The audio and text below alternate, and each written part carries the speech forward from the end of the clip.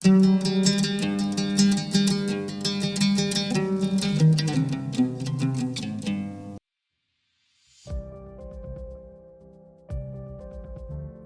par un peu d'histoire. Jusqu'à la fin du XXe siècle, l'humanité a connu 3 révolutions industrielles. La première révolution correspond à l'exploitation du charbon et l'utilisation de la machine à vapeur, inventée au XVIIIe siècle.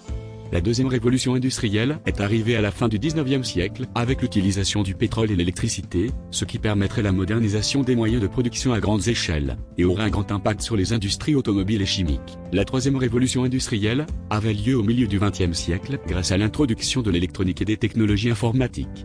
Elle a permis l'automatisation de la production dans les usines. Actuellement, on commence à parler de la quatrième révolution industrielle. C'est ce qu'on va expliquer dans la suite de cette vidéo. L'industrie 4.0, c'est donner la possibilité aux produits, aux machines et aux humains d'interagir entre eux, par les mêmes langues, et d'être connectés. Voici une illustration de l'application Industrie 4.0. L'intelligence supplémentaire donnée par les capteurs et par les algorithmes de contrôle permet aux équipements d'opérer d'une manière automatique ou bien à distance. L'Internet des objets, soit la connexion de tous les équipements, va générer beaucoup de données pour permettre d'afficher en temps réel les indicateurs de performance, qui serviront par exemple à prévenir les défaillances à venir. Une autre application est la réalité augmentée, qui permet de créer un pont entre le monde numérique et le monde physique en exploitant le potentiel du 3D. Les usines deviennent alors flexibles et peuvent produire plus efficacement et selon le besoin des clients. La production et ainsi la consommation des matières premières seront optimisées à chaque instant.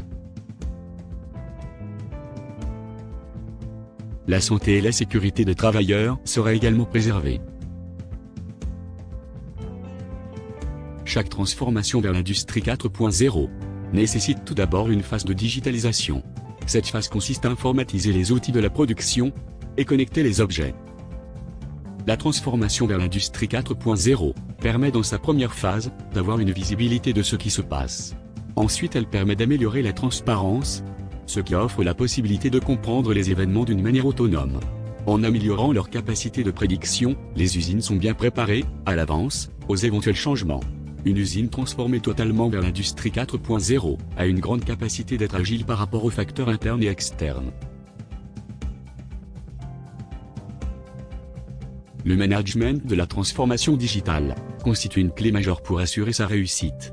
Il est important de souligner l'importance du pilotage du programme de transformation selon une démarche prédéfinie qui doit prendre en considération les étapes suivantes. L'évaluation. Cette étape permet d'analyser l'état d'avancement de la transformation digitale de l'entreprise. Elle permet également de faire un état des lieux de la maturité actuelle, en faisant un benchmark avec les entreprises ayant la même activité. Définition de l'objectif. Cette étape consiste à définir d'une manière claire la vision de l'entreprise par rapport à la transformation Industrie 4.0, et par la suite traduire cette vision en objectif opérationnel. Développement.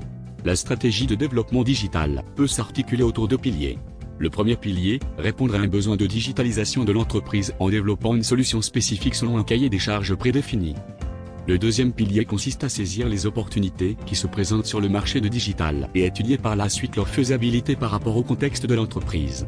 La priorisation de développement de chaque solution doit être en fonction des 2 critères, coût d'investissement et rentabilité. La mise en œuvre. Cette étape exige de définir une roadmap de mise en œuvre pour chaque solution développée.